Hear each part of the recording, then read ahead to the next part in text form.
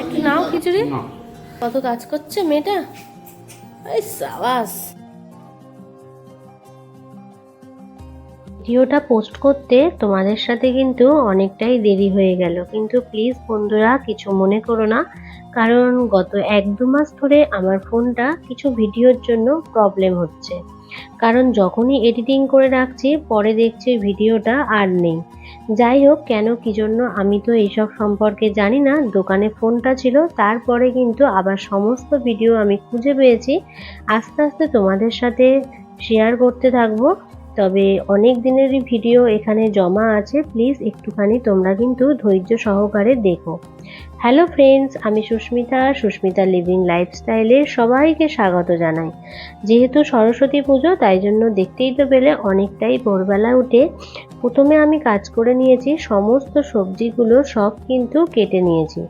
নেওয়ার পর যা যা আর কি দুপুরবেলা খাওয়া দাওয়া হবে সেই কাজগুলো যদি একটু গুছিয়ে রাখা যায়, দেখবে দুপুরের সময় কিন্তু অত আর টেনশন নিতে হয় না। এখানে যা যা রান্না করব সমস্ত সবজি গুছিয়ে নিয়েছি, মশলাপাতি সব কিন্তু কেটে কুটে রেখে দিয়েছি। এই কাজগুলো আমি আমার মায়ের থেকেই শিখেছি। সমস্ত কাজ যদি আর কি গুছানো থাকে, রান্না করার সময় দেখবে অতটা টেনশন কাজ করে না। তবে যখন রান্না করব সেই সময় আমার পিসি শাশুড়িকে বলবো একটু ময়দা মাখিয়ে দিতে। লুচি তো হবে, সাথে ছোলার ডালের জন্য দেখো এখানে ডাল ভিজিয়ে রেখেছি, সাথে একটু অল্প করে খিচুড়ি করব আর বেগুনি করব, আর এখানটায় আলুর দম আর ফ্রাইড রাইস বানাবো। তার সকালবেলা স্নান করে নিলাম, তারপরে স্নান করে নিয়ে সোজা চলে আসলাম কিন্তু একদম উপরের ঘরে।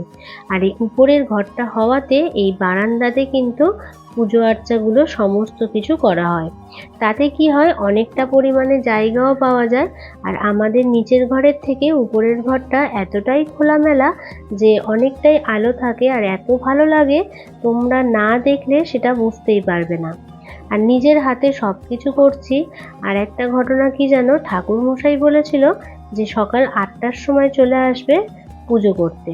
কিন্তু এদিকে তো আমার সমস্ত কিছু রেডি, কিন্তু ইচ্ছা ছিল যে মা সরস্বতীকে একটু ভোগ রান্না করে দেব প্রত্যেক বছরের মতন। কিন্তু প্রথম ভেবেছিলাম হয়তো হবে না।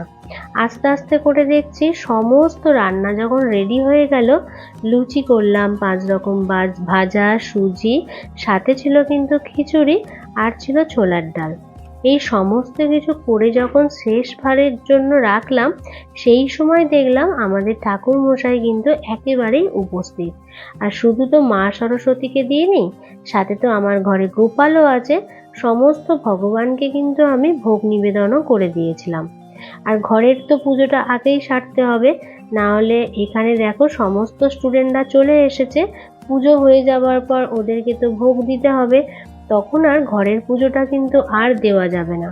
তাই জন্য চেষ্টা করি আগে কিন্তু ঘরের পুজোটা করার, তারপরে এই পুজোতে হাত দেওয়ার।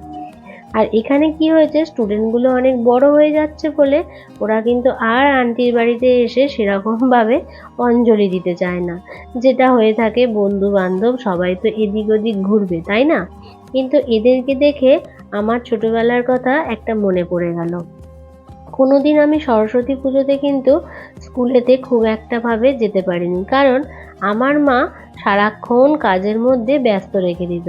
বলতো এটা কর, ওটা কর, সেটা কর, আর রাগ দেখাতো। আমি এতটাই জেদি ছিলাম, ভাবতাম ধুর যাবই না, আমি বরঞ্চ মায়ের হাতেই কাজ করি। কিন্তু আজকের এই সংসার লাইফে এসে একটা জিনিস বুঝেছি, কেন আমার মা যেতে দিতে ভয় পেত।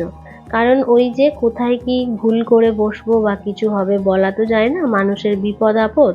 তো যাই হোক, সময়ের সাথে সাথে কিন্তু তখন বুঝতে পারিনি, এখন সেই জিনিসগুলো বুঝি। পুজো দেওয়া হয়ে যাবার পর সবাইকে তো প্রসাদ বিতরণ করলাম, আর একটুও সময় নষ্ট না করে সোজা চলে আসলাম কিন্তু রান্নাঘরে রান্না করতে। তারপরে কুহেলি তো চলে এসেছে আমাদের বাড়িতে। ওকে বললাম যে আজকের যখন টিউশন নেই, তুই বাড়িতে একা কি করবি, তুই আর ভাই বরঞ্চ দুপুরের লাঞ্চটা এখানেই সারবি।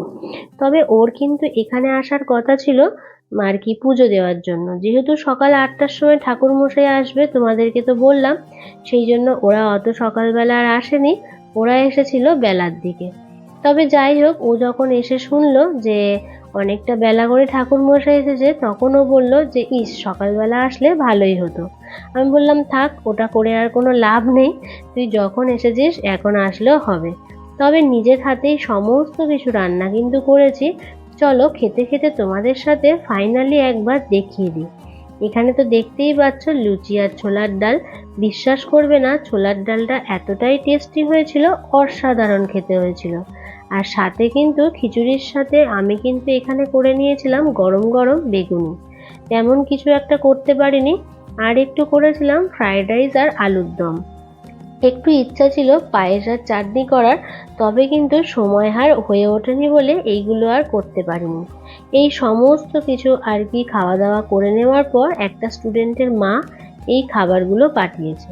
তবে যথারীতি তাদের বাড়িতেও পুজো হয়েছিল বলে নিমন্ত্রণ করেছিল, কিন্তু নিজের বাড়িতে পুজো আর্চা করে রান্না করে কখন যাই বলো তো।